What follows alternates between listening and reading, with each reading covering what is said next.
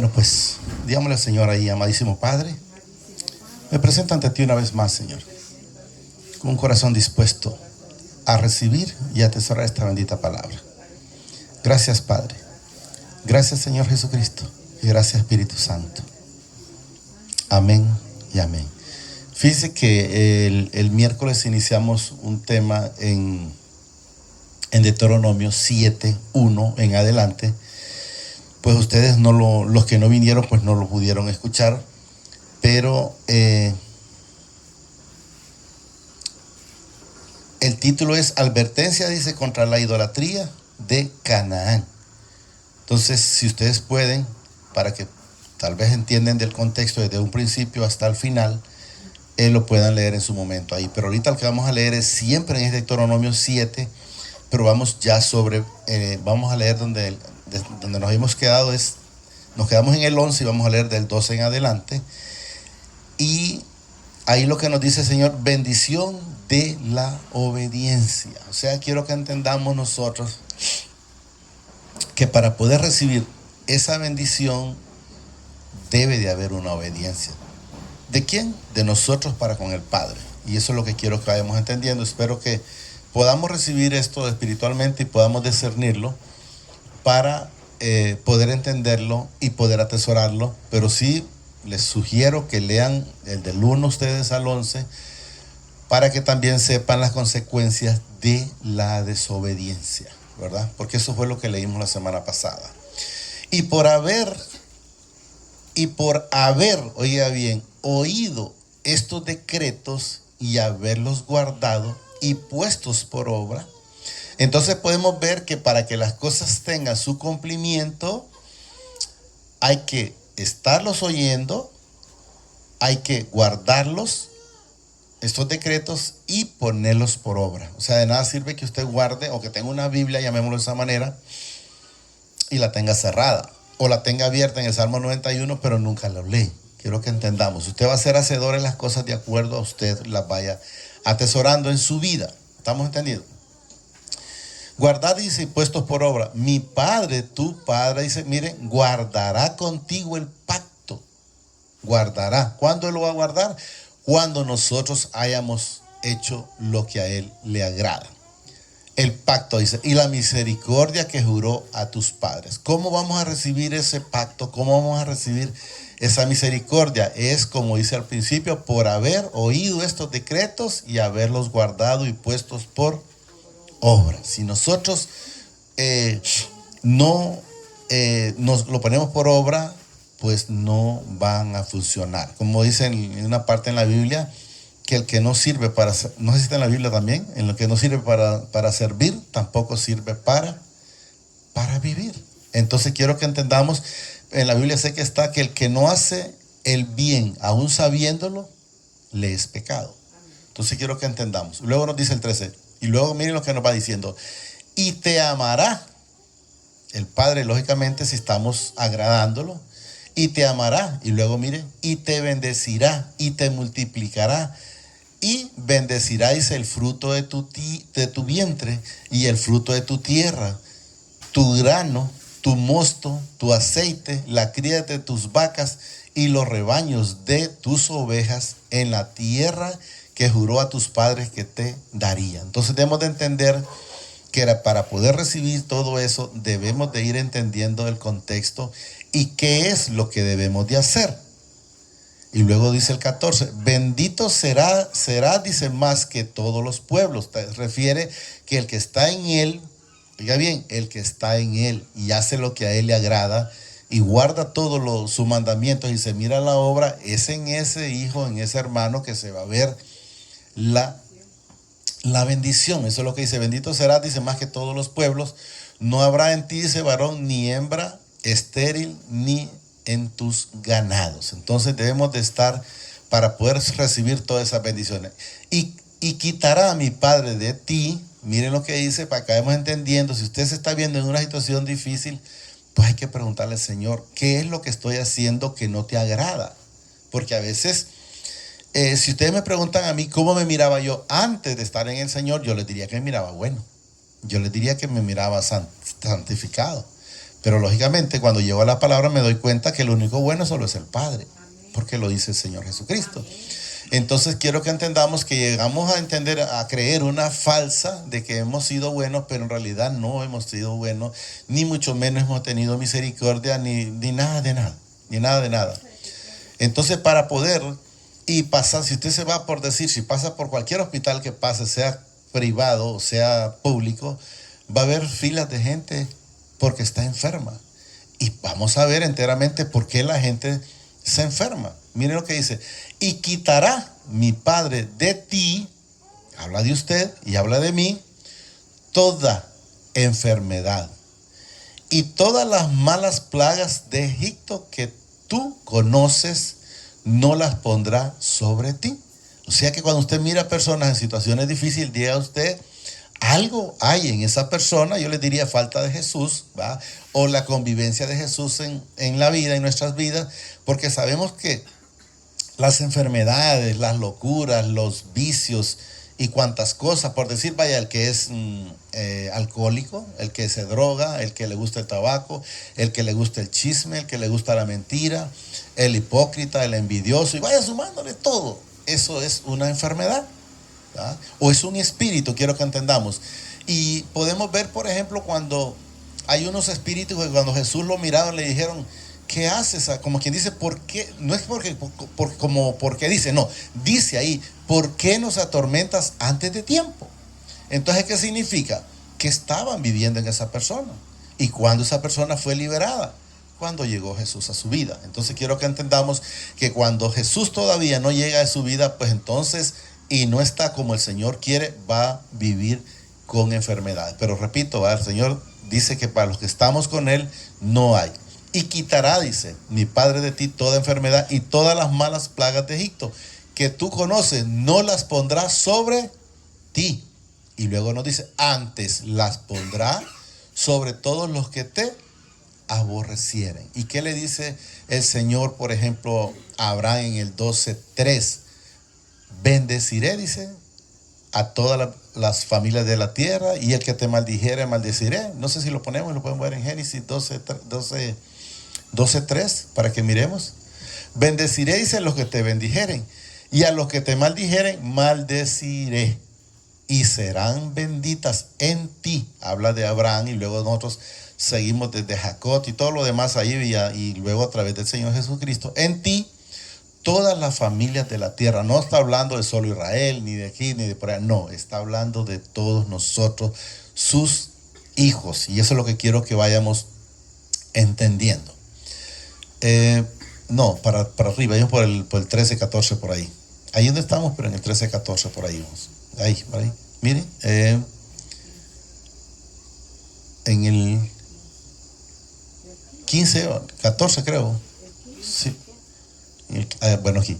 Y quitará mi Padre de ti, dice, toda enfermedad y todas las malas plagas de Egipto que tú conoces, no las pondrás sobre ti, antes las pondrás, dice, sobre todos los que te aborrecieron. Entonces debemos de entender que si nosotros permitimos que Jesús esté en nuestra vida, si Él está con nosotros y nosotros con Él, porque quiero que entendamos esa diferencia, porque a veces hay gente que dice, no, yo estoy con el Señor, pero el Señor está en nuestras vidas. Si ustedes recuerdan cuando Jesús le habló a Zaqueo, le dijo, Zaqueo, desciende de ese árbol de sicómoro, porque hoy ha llegado la salvación a esta tierra, o a esta vida, o a esta casa, dice ahí, quiero que entendamos. ¿Y cómo se bajó Zaqueo? Y dice, y tú cenarás conmigo, y yo cenaré contigo. Hay una situación diferente, es un amalgamiento viviendo ya con el Señor, y él se bajó gozoso. Desde entonces él ya era una persona diferente y transformado, como dice la hermana. Y luego dice, y consumirás a todos los pueblos que te da mi Padre, tu Padre, no los perdonarás tu ojo, ni servirás a sus dioses, porque te serán tropiezo. Desde el momento que nosotros nos enfocamos, vamos a decirlo, en un Dios, le puede decir en una imagen, pero quiero que vamos a ponerlo diferente todo, en una imagen, o por decir el padre enfocándose en sus hijos, o la madre enfocándose en sus hijos, o el padre enfocándose en un trabajo, enfocándose en una riqueza, o puede ser un carro, pero si usted lo endiosa para usted, eso es un tropiezo para con el Señor. Yo por eso les he dicho, muchas veces, primero, a eso me habían enseñado, primero mi familia, y esto luego lo demás, no. Hoy he entendido que primero es Él, después Él, y siempre Él, y después sigue siendo Él, y sigue mi esposa, y luego después de mi esposa, siguen mis hijos. ¿Y por qué yo siempre manifiesto eso? Porque yo no conocía a mis hijos antes que a mi esposa. Yo conocí a mi esposa primero y luego a mis hijos. Entonces no puedo darle prioridad a mis hijos antes que a mi esposa porque ellos vinieron después. Entonces después le doy prioridad al trabajo y esto y todo lo que el Señor me va poniendo de acuerdo al orden que debe de haber en nuestras vidas. Y a veces la gente se pone al revés, empieza por los pies y quiere terminar por la cabeza, o como dice la hermana, por las añadiduras. Luego nos dice el 17, si dijeres en tu corazón, o sea, si yo creyera algo así, por decir de esta manera, estas naciones son mucho más numerosas que yo, ¿cómo las podré, dice, exterminar? Pero ¿qué nos enseña? Dice, si dijeres en tu corazón. O sea, ¿qué quiero que entendamos que nos dice el Señor? Que yo no puedo ver un problema grande. ¿Y por qué no lo puedo ver? Porque tengo un Dios más grande que todo lo puede. Entonces, si yo tengo un Dios más grande que una deuda, que un enemigo, para llamarlo de esa manera, que no tengo ningún enemigo, pero como hay gente se pone a veces, ¿va? Entonces, ¿yo por qué lo puedo ver grande si sé que el que todo lo puede en mi vida es más grande que todo? Entonces, no tengo por qué perder tiempo en pensar en una situación de esas. Eso quiero que entendamos, sino que nosotros tenemos que ver cualquier situación, por muy grande que la miremos, debemos de saber que es insignificante para con el Señor. ¿Cuándo una situación puede ser grande? Cuando el Señor no está en nuestras vidas. Pero si Él está en nuestras vidas, tenemos que saber que Él hará. Porque Él lo que comenzó, lo va a terminar. Él no se va a quedar, no nos va a dejar a medio camino. Él nos va a ir llevando de poco en poco. Ahí en otro momento, si el Señor lo permite, no sé el día, vamos a leer un Levítico 26, del 1 en adelante está casi igual la bendición, pero creo que es del 14, 15 en adelante, está para los hijos de desobediencia. Pero lo vamos a leer en otro momento. Solo quiero que vayamos entendiendo que si nosotros tenemos a un Padre de poder, que sabemos que Él todo lo puede, que para Él no hay nada imposible, entonces no debe de caber esto. ¿Dice? ¿Cómo las podré exterminar? No debe de ni quitarnos el sueño. ¿Y cómo voy a resolver si tengo este problema? Por llamarlo de esa manera, porque el enemigo le va a querer poner dudas. Las dudas, el enemigo. ¿Qué significa las dudas en la Biblia? Son dardos. El enemigo le tira dardos. Eso quiero que entendamos. Luego 18. No tengas, miren, temor de ellos. Acuérdate bien de lo que hizo mi padre, tu padre, con Faraón y con todo Egipto. Yo mencionaba, yo no sé si fue el miércoles o fue ayer en Yarumela, no recuerdo. Creo que fue por aquí. Donde el Señor le dijo a un rey, no me acuerdo si es Ezequías, no me acuerdo, pero fue un rey que había un ejército que lo tenía sitiado. Y le dijo el Señor, no te preocupes. Como quien dice, descansa y ve mañana. ¿Y qué sucedió cuando amaneció y ellos fueron? El Señor había mandado un ángel y mató 185 que habían en ese ejército. O sea, cuando ellos llegaron, ya solo habían muertos. O sea, pero ¿por qué sucedió eso? Porque ellos dejaron las cosas en manos del Señor. Cuando nosotros dejamos las cosas en manos del Señor, Él lo resuelve. Pero cuando nosotros buscamos ayudarle, la cosa se complica. Y podemos ver el caso de Sara, cuando el Señor le dice en Génesis 18:10, le dice, Sara tu mujer, le dice a Abraham, te dará un hijo. No le dice ahí, Sara tu mujer te buscará otra mujer para sacar descendencia de ti o algo por decirlo. No, quien se miró imposibilitada fue Sara, porque claro, quien tenía en su momento la fe, quiero que sepamos que era Abraham. no ella, porque si ella lo hubiera tenido, yo les diría que ese mismo día el Señor permite que quede embarazada. Pero como ella no creyó, porque la palabra lo dice, entonces tuvo que pasar un proceso, si ustedes saben, ya han leído la escritura, esperó 25 años después de ese acontecimiento. Ahí está, ¿verdad? En 2 Reyes 19:35, miren. Y aconteció que aquella misma noche salió el ángel de mi padre y mató en el campamento de los asirios a 185,000. Y cuando se levantaron por la mañana, quiero que entendamos, el rey que iba a ir a la guerra, he aquí que todo era cuerpos de muertos. Entonces, ¿tuvieron que luchar? No. ¿Qué es lo único que tuvieron que hacer? Creer y esperar. Pero no, es que yo voy a ir a hacer mi fuerza. Entonces la gente cuando se pone a hacer su fuerza le pasa lo que le pasó a Sara. Si ustedes leen la historia, yo les preguntaría, ¿saben quién fue la que más sufrió? Fue la misma Sara. ¿Ya por qué? Porque ya Agar no se sentía una esclava, ni una dama, digamos, sino ya la esposa. Pero por las consecuencias de la desobediencia y de hacer las cosas por su propio quererle ayudar al Señor. Y Señor, para hacer todo lo que ha hecho, no ha necesitado ayuda de nosotros. Yo lo quiero que sepamos. Y fíjense que cuando leí eso del ángel, pero lo escuché lógicamente después en otra parte, cuando uno lee la palabra, dice el Señor, eso lo leímos, creo que fue ayer allá en Yarumela, donde el Señor dice que Él da la paga, Él personalmente. Entonces digo, sería el Señor que vino a eliminar esos 185, pero no lo vamos a entender ahorita, va a ser después. Vamos a continuar. 19. De las grandes pruebas que vieron tus ojos y de las señales y milagros y de la mano poderosa y el brazo extendido con que mi padre, tu padre, te sacó. No dice te va o te iba, no, te sacó.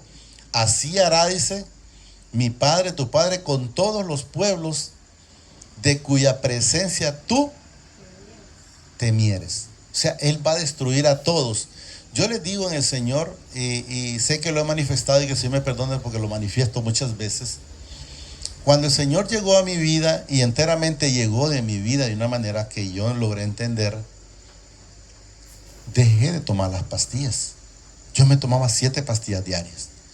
Cuando yo tomaba 7 pastillas diarias y sentí la inquietud en el Señor de predicar, yo le dije, Señor, ¿y cómo voy a ir a predicar de un Dios de sanación con estas 7 pastillas en la bolsa? ¿Y por qué le digo en la bolsa? Porque eran 7 pastillas diarias que yo cargaba. Esto más, ya tenía hasta un estuche, lunes, martes, miércoles, jueves, viernes, sábado y domingo. La volví a llenar otra vez. Entonces le digo, Señor, quíteme estas pastillas para poder creer en un Dios de salvación, para poder creer, para poder hablarle a las personas de un Dios de sanidad. Y las dejé y aquí estoy. Está mi esposa de testigo, mis hijos, bueno, el señor Greville, ahí trabaja ya no sé cuánto tiempo, pero tengo 8 o 9 años, ¿verdad? Puede decir cuántas veces me ha visto a mí en alguna situación de tribulaciones o de angustia o de miedo. No, he entendido. Y yo le dije, Señor, ¿cuáles son las situaciones difíciles de la persona? Es decirle al Señor, hasta aquí quedan estas pastillas.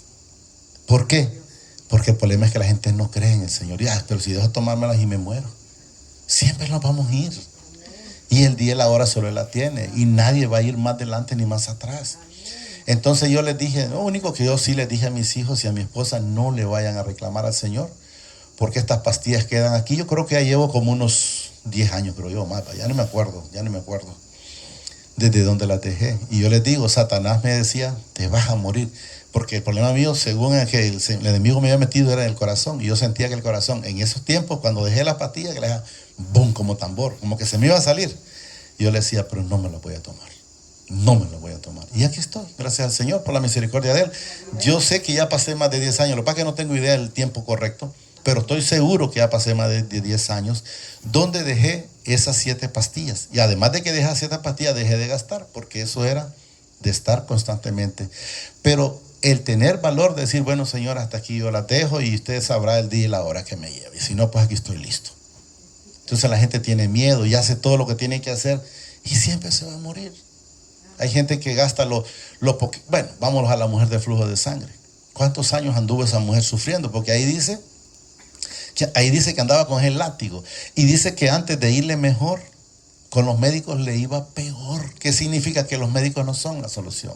¿Cuál es la solución de nosotros? Es el médico por excelencia que se llama Jesucristo. Y esa mujer, cuando llegó a Jesús, hasta que ya no tenía nada, pudo haber ido desde un principio con el pistillo. O sea, no hubiese quedado sin nada. Eso es lo que quiero que entendamos. Entonces, lo mejor es pedirle al Señor ese valor y decirle: Señor, heme aquí, papá, aquí estoy. Que se haga conforme a tu propósito, como dice el Padre nuestro.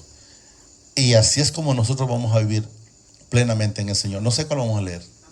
Ahí está, bueno. Pero una mujer dice que desde hacía 12 años padecía de flujo de sangre y había sufrido mucho de muchos médicos. ¿Qué significa? No halló ninguno. ¿Verdad? Y luego miren, y gastado todo lo que tenía y nada había aprovechado, antes le iba peor. ¿Qué significa? Que no hay médico que lo pueda curar de algo. Lo puede entretener, pero no que lo va. Y luego dice, cuando oyó, dice, hablar de Jesús, vino por detrás entre la multitud y tocó su manto, porque decía: si tocare tan solo su manto, seré salvo. O sea, ¿qué es lo que el Señor puso en su vida en ella? La fe. La fe. Y eso es lo que debemos de entender. Pero vamos a continuar con el tema, porque no quiero que nos desviemos mucho. No tengas temor, dice de ellos, acuérdate bien de lo que hizo mi padre, tu padre, con Faraón y con Egipto. De las grandes pruebas. No, pero íbamos más abajo. Ahí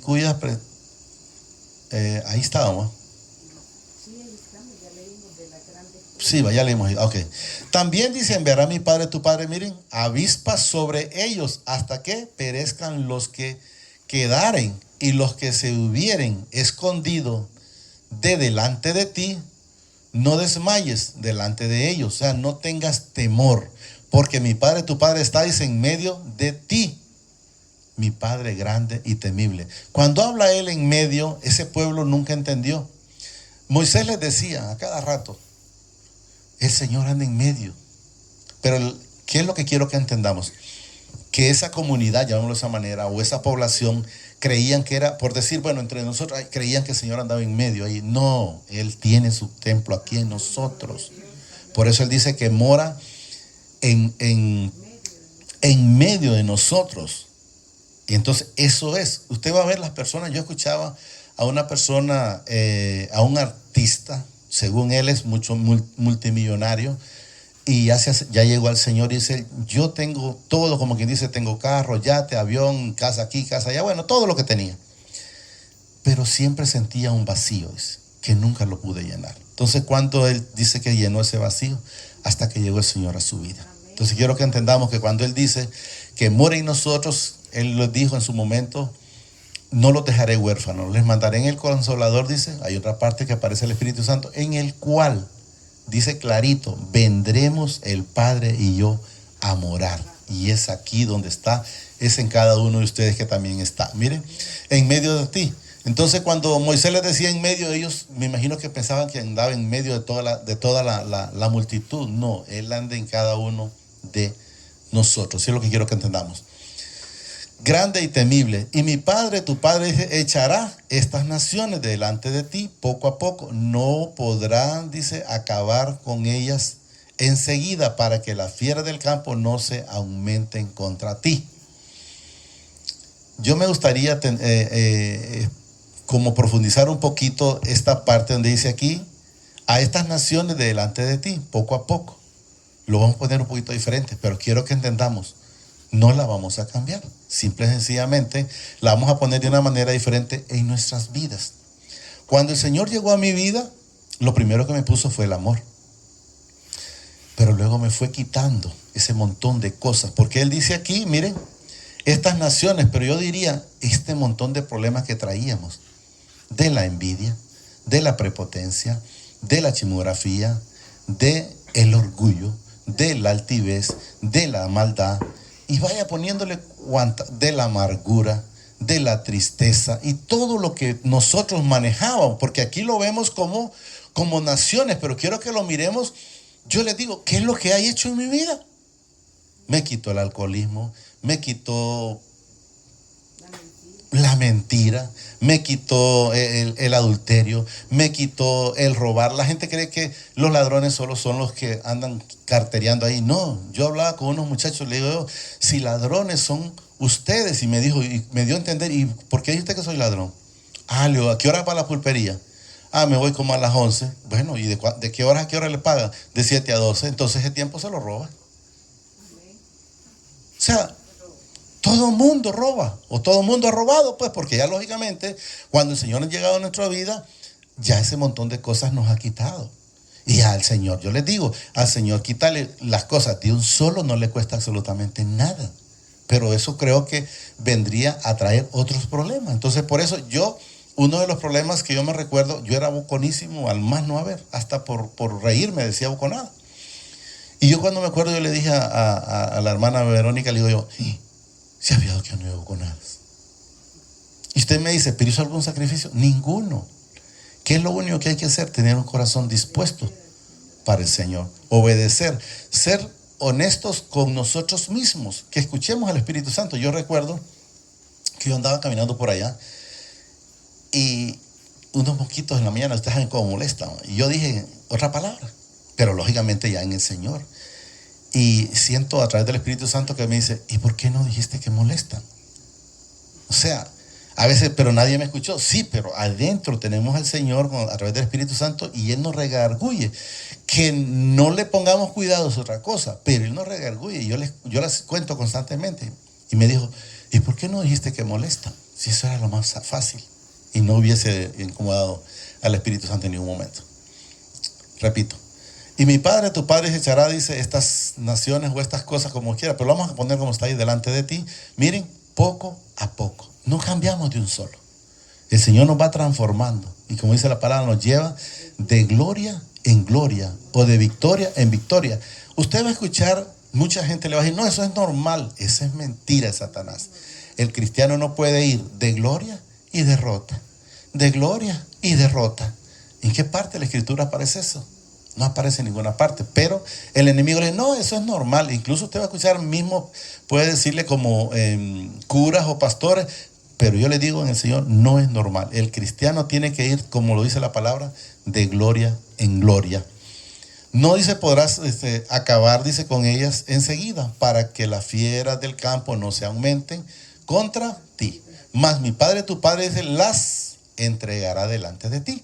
Porque ¿quién es el que ha hecho la obra en nuestra vida? Es Él. ¿A través de quién? De su Hijo amado, el Señor Jesucristo. Él es el que me ha ido quitando esta punta, esta otra y aquella otra. Y ahí va. Y si sale algún ñuco también le vuelve. Yo le digo, Señor, usted quíteme todo. Yo no necesito nada de lo que yo traía de atrás. A mí transforma en su totalidad. Yo no necesito absolutamente nada.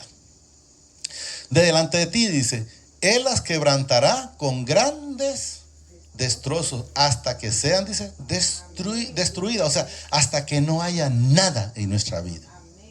Que porque alguien tiene dinero, que lo tenga. Que porque alguien se viste diferente, pues que se vista. Yo me siento feliz como el Señor me tiene. Entonces, sintámonos felices como somos en el Señor. Destruidas. Luego el 24. Él entregará, dice, sus reyes en tus manos y tú destruirás el nombre de ellos de debajo del cielo. Nadie te hará frente hasta que los destruyas. O sea que si Él está con nosotros, nada nos puede hacer frente. Así dice la palabra, si Él con nosotros, ¿quién contra nosotros? Las esculturas de sus dioses, dice, que amarás en el fuego, no codiciarás plata ni oro de ellas para tomarlas para ti, para que no tropieces en ellas, pues es abominación a mi Padre tu Padre, y no traerás, dice, cosa abominable a tu casa. O sea, no puedo venir yo con una ganancia llamémoslo deshonrada, deshonesta. Hay gente que yo la vez pasada le hice un trabajo a una persona y yo le cobré creo que como 8,000 lempiras por ahí. Y luego me dice, voy a ir por la factura, no hay problema. Le dije, pasá para allá. Y luego me dice, fíjate que ando trayendo la factura, yo no estaba por ahí. Sí, le ojalá decirle, le dije a Greg, porque es el que pasa ahí. Me dice, pero fíjate que quisiera que la pusiéramos un poquito más y te voy a dar. No, le digo, te equivocaste de persona. Y usted me diga, ¿lo hizo antes? Sí lo hice. Muy poco, pero sí lo hice. Pero no importa que lo que yo hice allá. Lo importante ahora es, desde que el Señor llegó a mi vida, que no volvió a hacer eso. Entonces que se mire la luz en nuestra vida y no la oscuridad. Porque una cosa es que alguien diga, no hombre, imagínese que si yo lo hubiese hecho y después dijera, bueno, pero si ese anda en las cosas del Señor, ¿qué sería? Tropiezo para esa persona. Entonces le digo, te equivocaste, me puedes decir que me lo puedes dar todo, y no lo hago. Y gracias a Dios pues tampoco lo hice.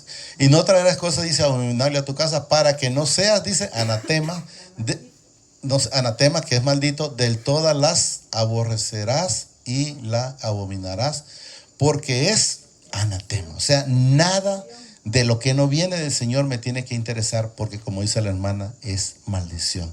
Yo espero en el Señor pues que esa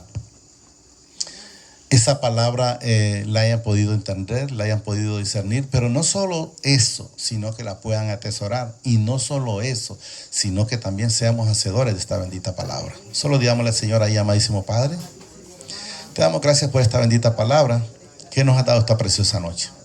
Te pido, a través de tu Hijo amado, el Señor Jesucristo, que permitas que la podamos atesorar en nuestra vida, pero que sobre todo permitas que seamos hacedores de esta bendita palabra.